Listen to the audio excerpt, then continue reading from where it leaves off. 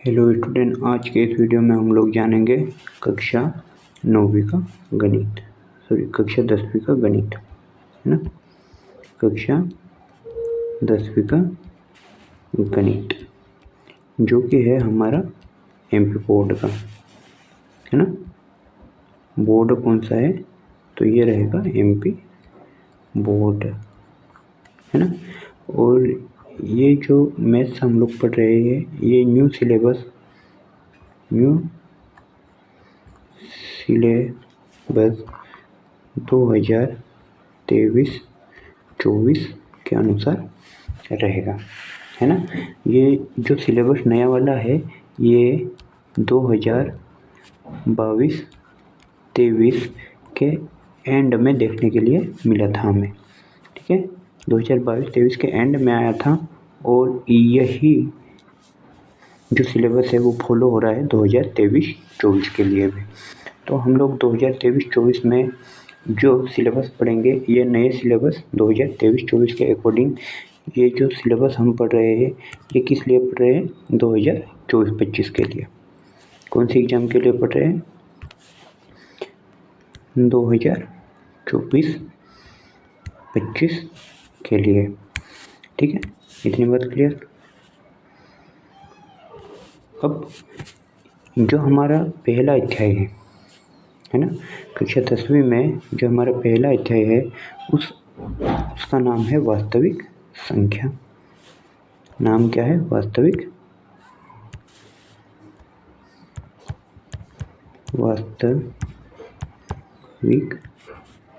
संख्या। इंग्लिश में इसी को बोलेंगे हम रियल नंबर। तो इसका हम बेसिक जानेंगे पहले कि वास्तविक संख्या होती क्या है ना। देन हम हमारा जो चैप्टर है, हमारा अध्याय है, उसको स्टार्ट करेंगे। तो चलिए शुरुआत करते हैं और हम लोग रियल नंबर को जानना शुरुआत करते हैं, है ना। तो ये जो वास्तविक संख्या है, अध्याय 1।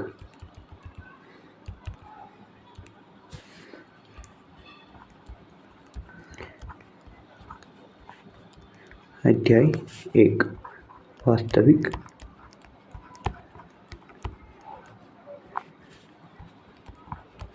संख्या, और इसी को इंग्लिश में बोलते हैं हम रियल नंबर,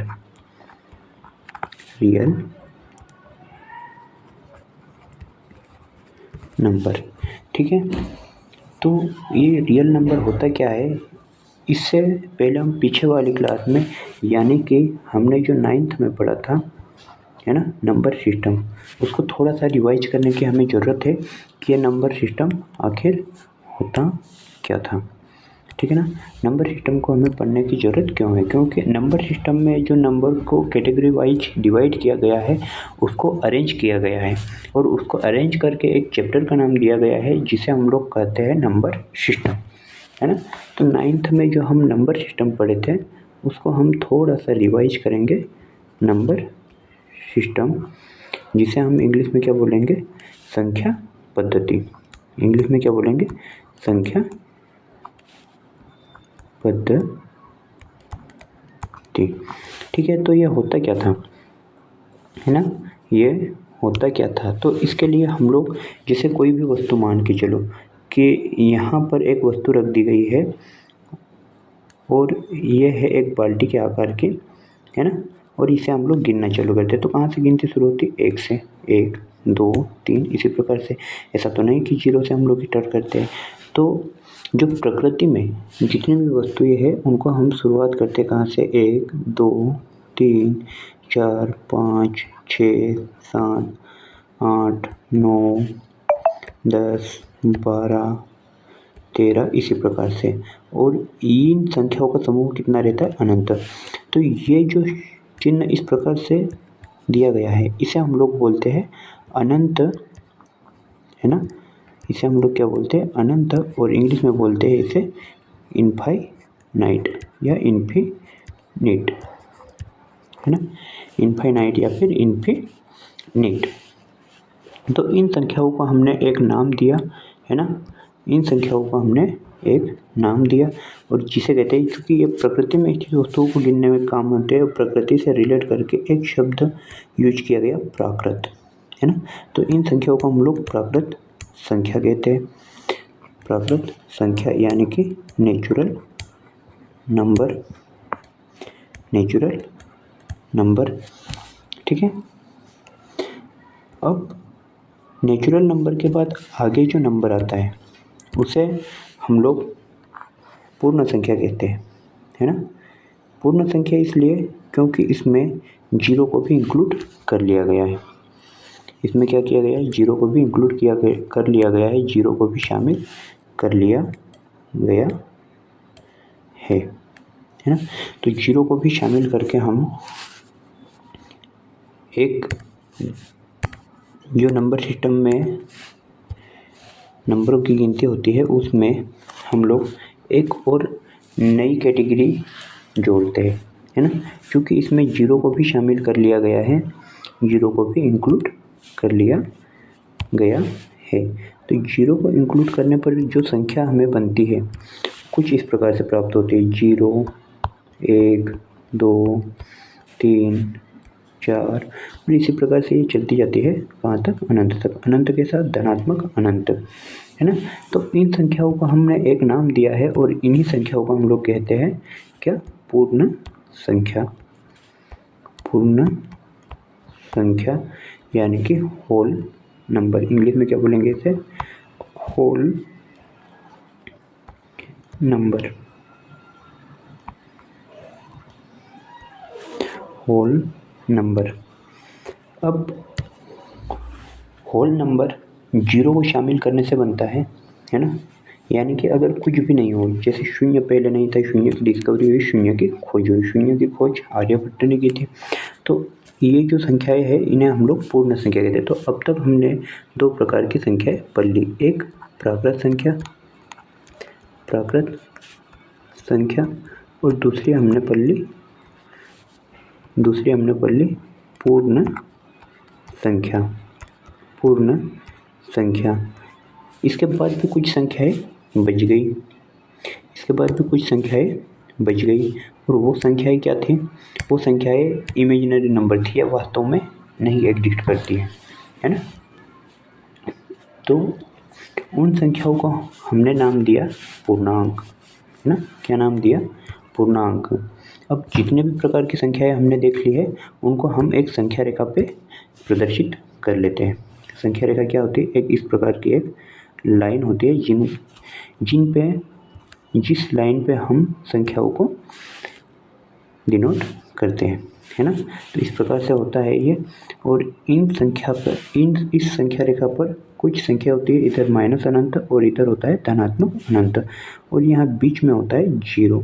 जीरो से दाईं ओर चलने पर हमें एक संख्या प्राप्त होती है ना, जैसे 1, 2, 3 और इसी प्रकार से जीरो के बाईं ओर चलने पर भी हमें कुछ संख्या प्राप्त होती है -1, और ये संख्याएं काल्पनिक रहती है, ठीक है, -3 और इसी प्रकार से ये अनंत तक जाती है। तो इन संख्याओं को जो हम 1 से लगाकर अनंत तक की संख्याओं को तो हमने नाम दे दिया क्या, प्राकृत संख्या। उसके बाद जीरो को भी शामिल करके हमने नाम दे दिया पूर्ण। लेकिन यहाँ पर चूंकि ऋणात्मक संख्या भी आ गई है और ऋणात्मक संख्याओं को लेकर भी कुछ ना कुछ हमें नाम देना था, तो यही से एक नई संख्या की कैटेगरी निकल के आई और वो थी पूर्णांक संख्या।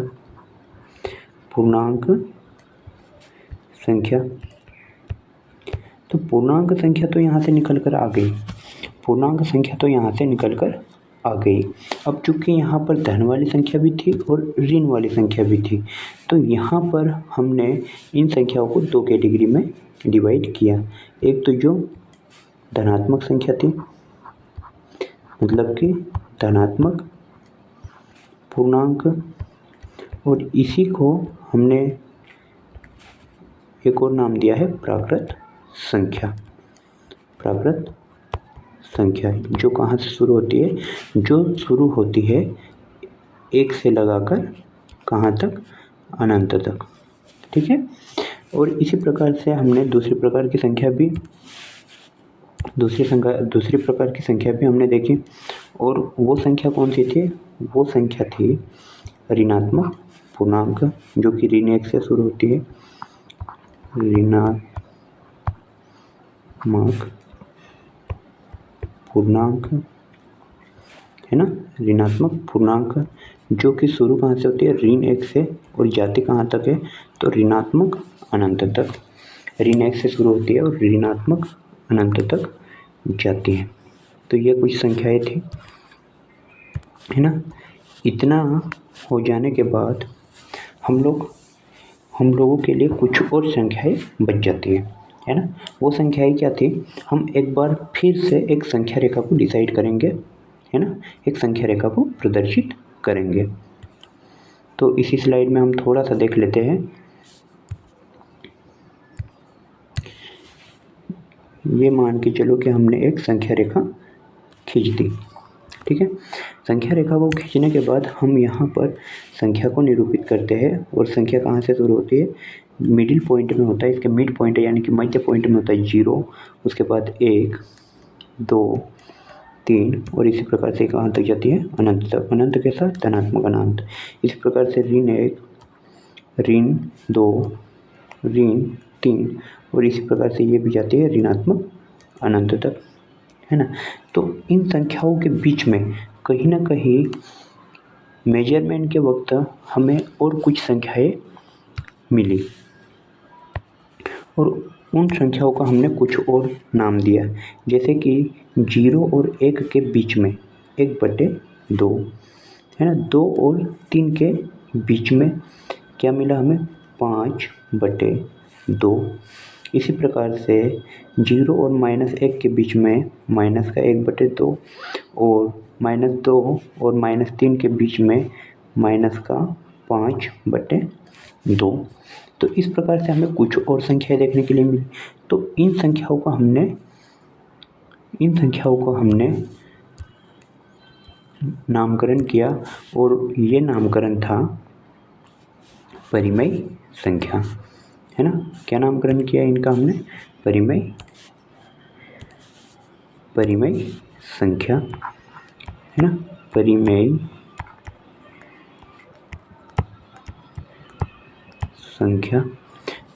संख्या इंग्लिश में कहते हैं इसे हम लोग रेशनल नंबर।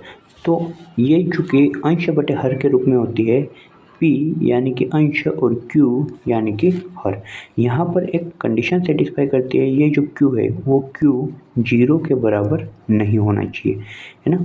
क्यों नहीं होना चाहिए ये हम लोग आगे देखेंगे, ठीक है। तो इतनी बात क्लियर होनी चाहिए कि परिमेय संख्या कहाँ से निकल कर आई, पूर्णांक कहाँ, पूर्ण कहाँ, और प्राकृत कहाँ, ठीक है। तो अभी तक हमने 4 प्रकार की संख्याएं पढ़ ली: प्राकृत, पूर्ण, पूर्णांक और परिमेय।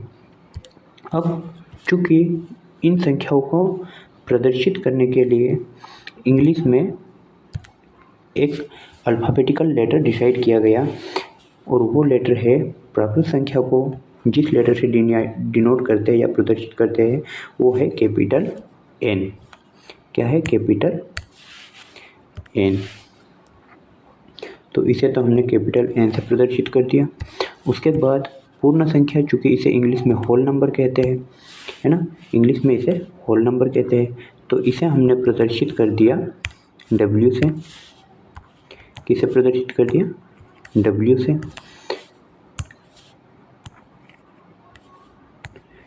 W से।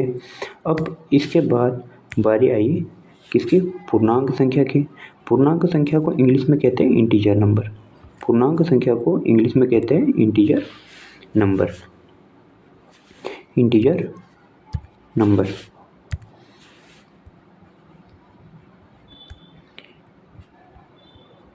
Integer number.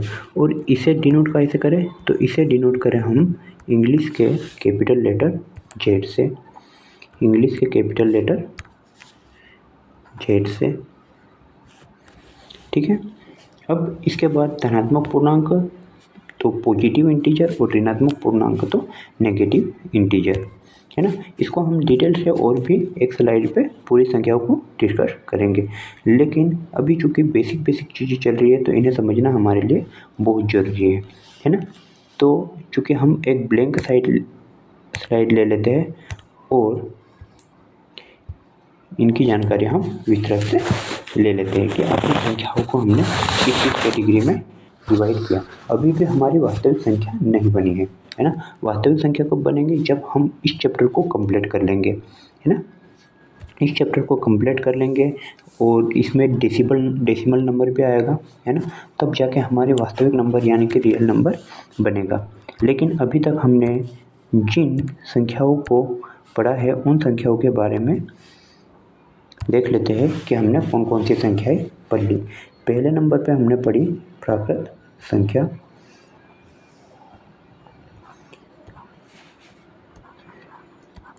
प्राकृत संख्या, है ना, जिसे हम इंग्लिश के लेटर एन से डिनोट करें और जो शुरू कहाँ से होती है 1, 2, 3 और इसी प्रकार से धनात्मक अनंत तक। इसके बाद हमने दूसरे नंबर पर भी एक संख्या देखी जिसे हम लोग कहते हैं पूर्ण संख्या, पूर्ण संख्या, और जिसे हम किस चिन्ह से प्रस्तुत करें, W से, और ये शुरू कहाँ से होते हैं 0 से। यदि प्राकृत संख्या में 0 को भी शामिल कर दिया जाए तो वो बन जाती है हमारी पूर्ण संख्या, है ना। यह अपने आप में पूर्ण हो गई। लेकिन चूँकि हमें अध्ययन की दृष्टि से देखना था तो अध्ययन की दृष्टि से कुछ नेगेटिव संख्या भी हमें देखने के लिए मिली। तो तीसरे नंबर की कड़ी में हम यहाँ पर ले आए पूर्णांक संख्या को, है ना, पूर्णांक संख्या को, जिसे हम प्रदर्शित किससे करें, तो इसे हम प्रदर्शित करते हैं Z से। इसे हम अंग्रेजी वर्णमाला के कैपिटल लेटर Z से प्रदर्शित करते हैं। अब इसको हमने दो कैटेगरी में डिवाइड किया। एक तो है धनात्मक पूर्णांक, धनात्मक पूर्णांक, है ना, यानी कि पॉजिटिव इंटीजर, पॉजिटिव इंटीजर क्या होते हैं, तो ये शुरू होती है धन 1 से, धन 1, धन 2, 3 इस प्रकार से, ठीक है, और ये चली जाती है धनात्मक अनंत तक। इसी प्रकार से दूसरी प्रकार की संख्या भी हमें देखने के लिए मिली और इसे हमने नाम दिया ऋणात्मक पूर्णांक,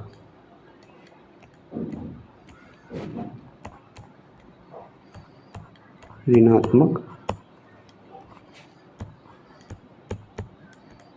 पूर्णांक, और इंग्लिश में इसे कि हमने नाम दे दिया नेगेटिव इंटीजर।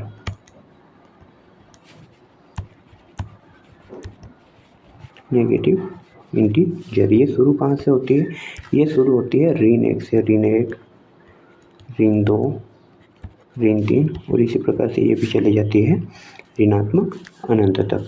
और ये जो चिन्ह है इसे हम अनंत कहते हैं, इंग्लिश में इनफाइनाइट कहते हैं, ठीक है। तो ये संख्याएं हमने देख ली। इसके बाद कुछ नई संख्याएं देखने के लिए मिली हमें, है ना, जिसे कि हमने नाम दिया चौथे नंबर पे परिमेय संख्या, परिमेय संख्या। परिमेय संख्या क्या होती है, तो परिमेय संख्या को हम प्रदर्शित करते हैं Q से। कैसे डिनोट करते हैं, Q से, और Q की फुल फॉर्म होती है क्वोशिएंट, है ना, और इंग्लिश में इन्हें कहते हैं हम लोग रेशनल नंबर। तो इसे हम P/Q के फॉर्मेट में लिखते हैं।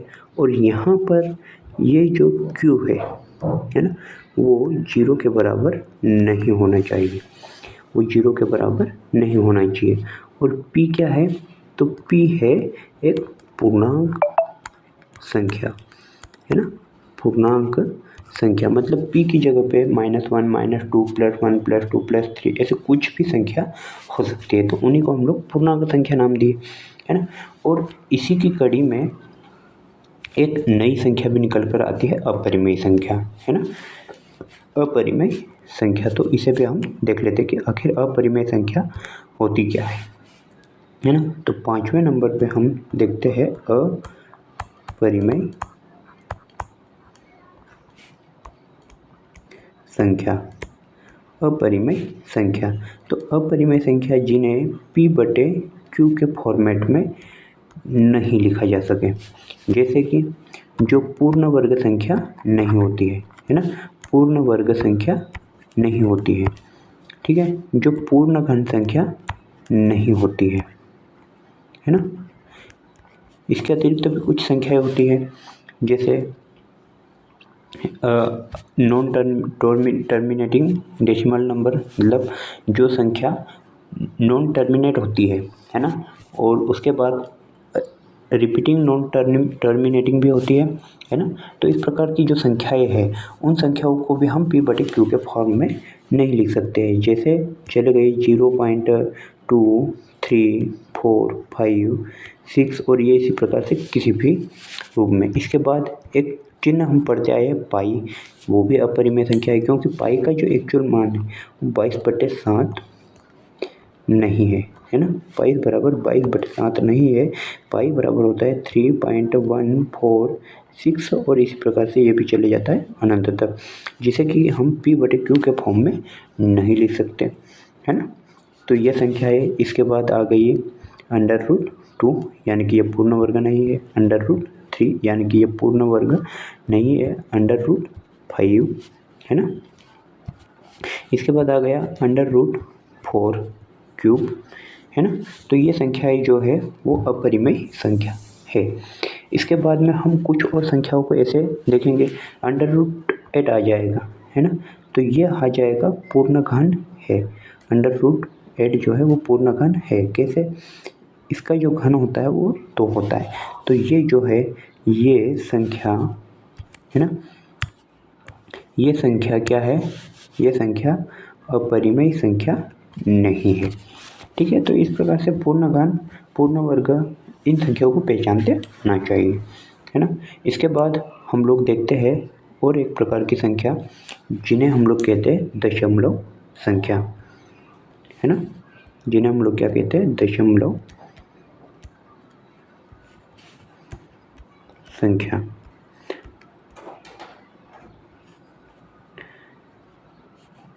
तो दशमलव संख्या क्या होती है ना।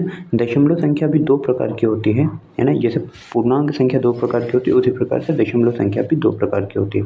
एक तो शांत दशमलव, है ना, मतलब कि टर्मिनेटिंग डेसिमल, इसे इंग्लिश में कहेंगे टर्मिनेट, है ना, मतलब जो खत्म हो जाता है एक समय के बाद, ठीक है। और दूसरा होता है अशांत दशमलव, अशांत दशमलव जिसे हम लोग कहते हैं नॉन टर्मिनेट, है ना, मतलब जो कि ख़त्म नहीं होता है ना, जो कि ख़त्म नहीं होता है। शांत दशमलव का उदाहरण क्या है? 0.71 ख़त्म हो गया, 0.3 है ना, ख़त्म हो गया। और अशांत दशमलव का उदाहरण क्या है? अशांत दशमलव भी 2 प्रकार का होता है ना। तो इनको भी हम लोग 2 कैटेगरी में डिवाइड करते हैं, है ना। तो दोनों कैटेगरी देख लेते हैं कि आखिर ये कौन कौन सी कैटेगरी में डिवाइड है। तो एक तो प्रकार हो गया, है ना, पुनरावृत्ति, पुनरावृत्ति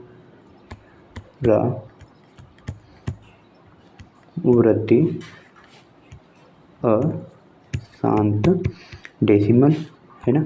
और दूसरा हो गया अपुनरावृत्ति,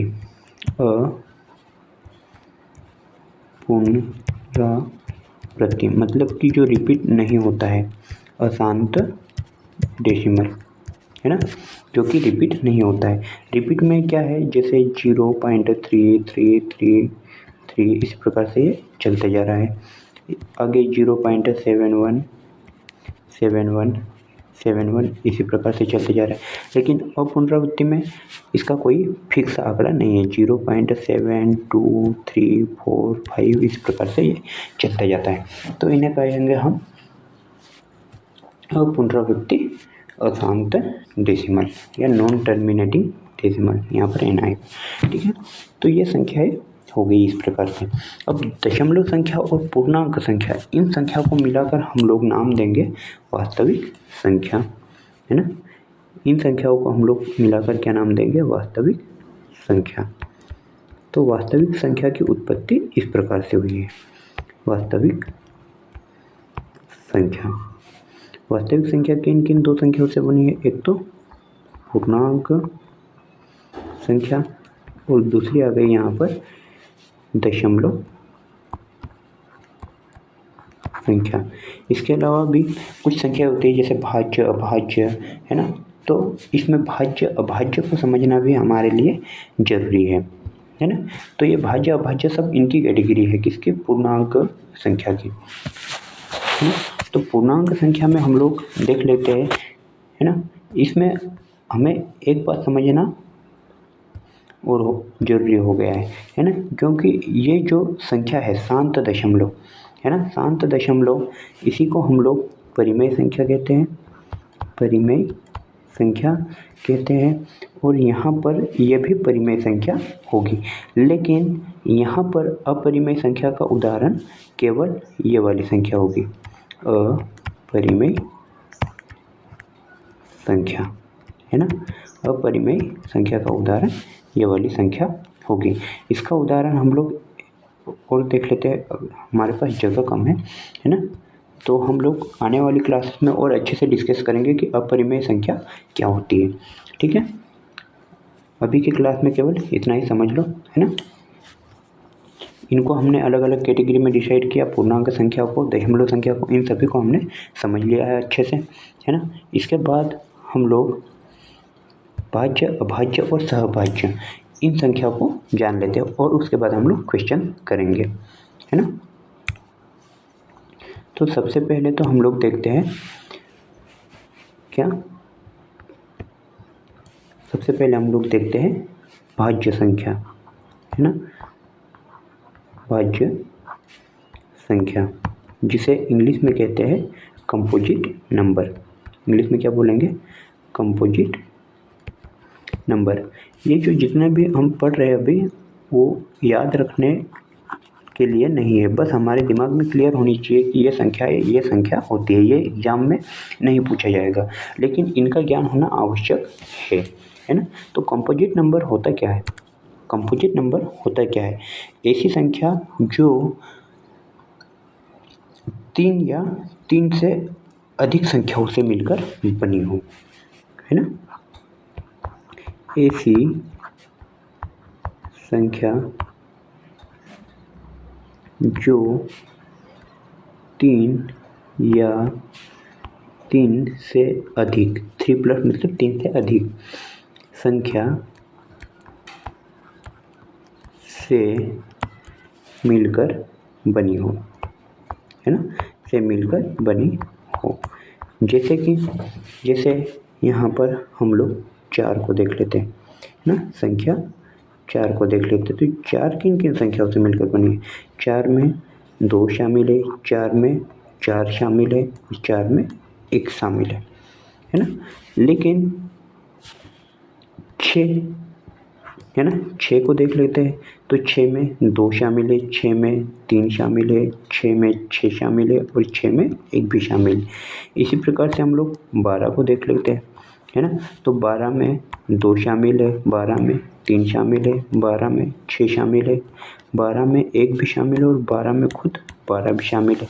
तो ये संख्याएँ 3 संख्याओं या 3 संख्याओं से अधिक से मिलकर बनी हो या फिर इनके गुणनखंड 3 से अधिक हो, है ना। गुणनखंड क्या होता है हम लोग देखेंगे। इसके बाद हम गुणनखंड ही स्टार्ट करेंगे, है ना।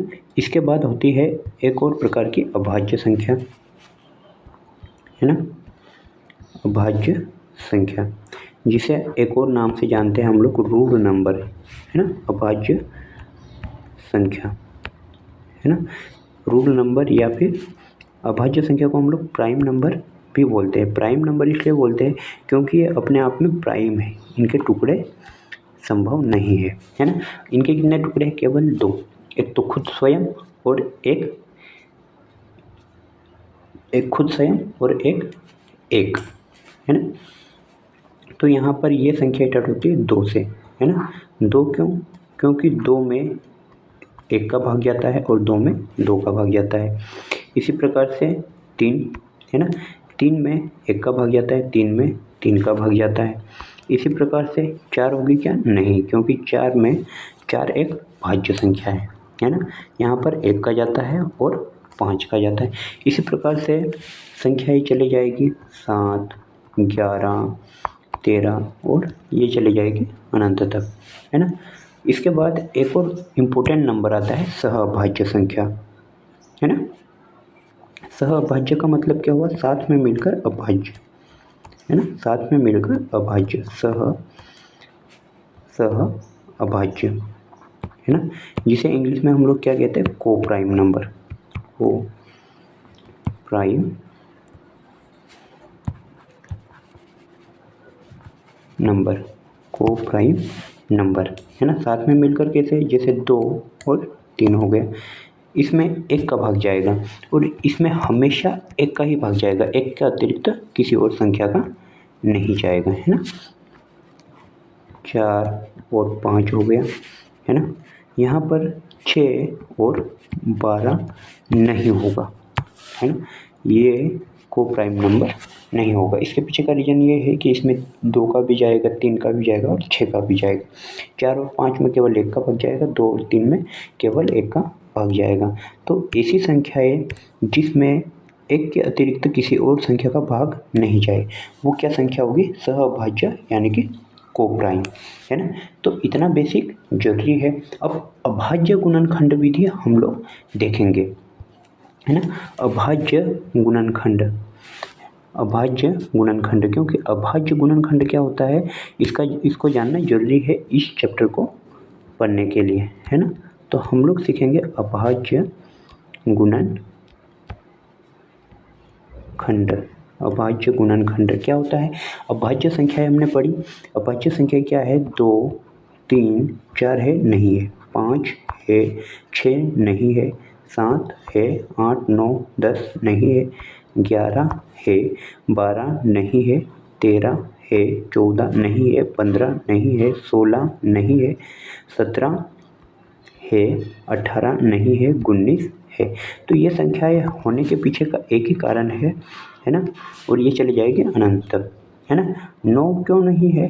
9 इसलिए नहीं है क्योंकि 9 में 9 का भाग जाता है, 9 में 3 का भाग भी जाता है और 9 में 1 का भाग जाता है। तो ये 2 से अधिक गुणनखंड हो रहे इसके, है ना, 2 से अधिक गुणनखंड हो रहे इसके, है ना। 3 के कैसे? 3 गुना 3। 9 का कैसे? 9 गुना 1 और 1 का कैसे? 1 गुना 9। तो ये एग्जिस्ट नहीं करता है ना। तो अभाज्य गुणनखंड विधि हम क्या करेंगे कि केवल इन संख्याओं को भाग देकर देखेंगे, 2, 3, 4, 5, 2, 3, 5, 7, 11, 13, 17, 19, इस प्रकार से, ठीक है। हम अभी क्वेश्चन की ओर मूव कर जाते हैं और क्वेश्चन के माध्यम से और समझेंगे कि अभाज्य गुणनखंड को कैसे हल किया जाता है, ठीक है। तो यहाँ पर शुरू होता है क्वेश्चन नंबर 1 को अभी होल्ड कर देते हैं, है ना। क्वेश्चन नंबर 2 या उदाहरण नंबर 2, यहाँ से हम लोग शुरू करते हैं, ठीक है। यहाँ से हम लोग शुरू करते हैं और जानते हैं कि आखिर ये सवाल क्या है। एलसीएम और एचसीएफ, है ना। एलसीएम और एचसीएफ, इन दो शब्दों को भी हम लोग समझ लेते हैं। एलसीएम और एचसीएफ होता क्या है ना। एलसीएम, इसका थोड़ा सा बेसिक हम लोग जानेंगे। एलसीएम यानी कि लीस्ट कॉमन मल्टीपल,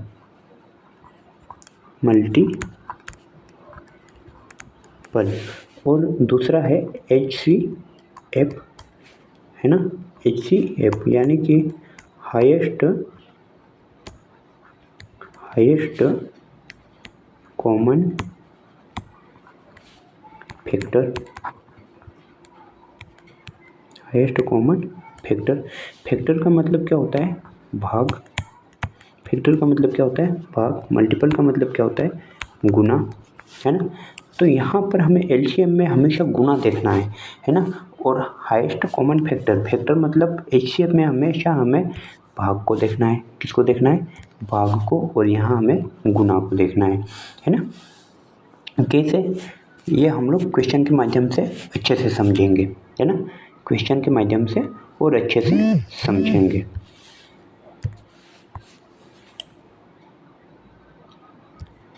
तो ये जो पहला क्वेश्चन है, संख्याओं 6 और 20 के अभाज्य गुणनखंड है ना, अभाज्य गुणनखंड विधि से हाईएस्ट कॉमन फैक्टर और लीस्ट कॉमन मल्टीपल ज्ञात कीजिए, है ना। और यहाँ रहेगा क्वेश्चन मार्क।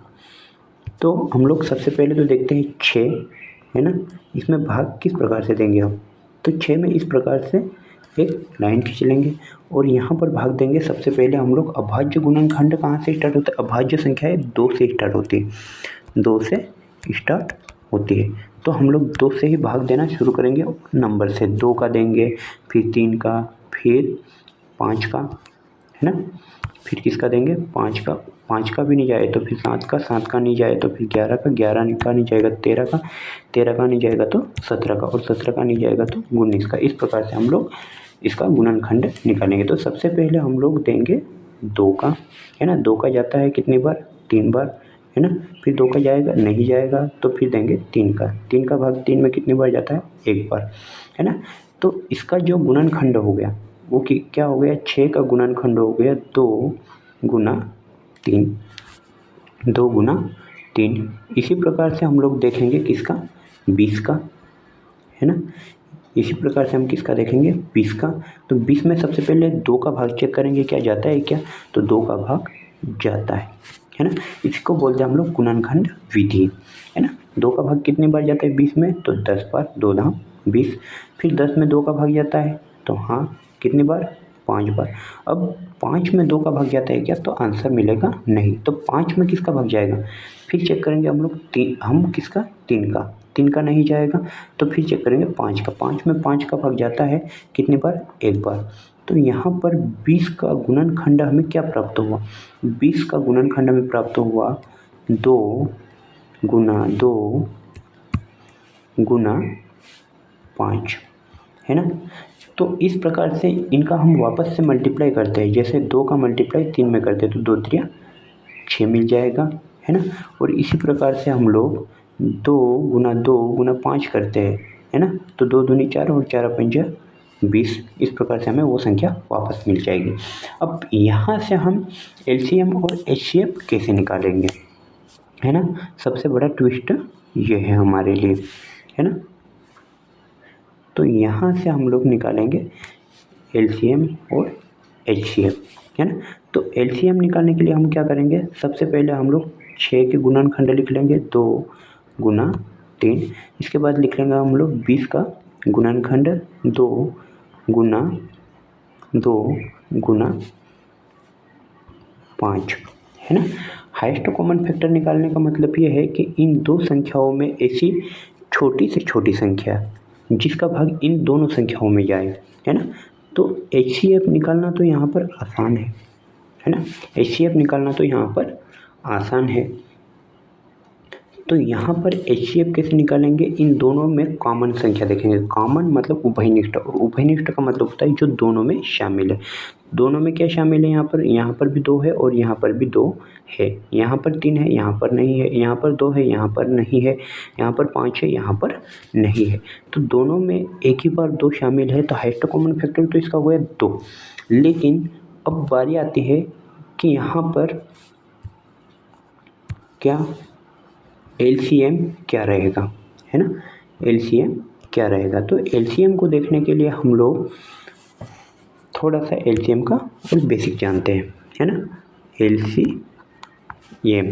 तो एलसीएम में क्या होता है कि यहाँ मल्टीपल है, मल्टीपल का मतलब इन दोनों संख्याओं को हम लोग गुना करते जाएंगे। गुना किस प्रकार से करते जाएंगे, कॉमन में, है ना, कॉमन में। यहाँ पर 2 है, यहाँ पर 2 है ना, तो दोनों जगह 2 है, तो इस 2 में से एक 2 को लिखेंगे हम लोग।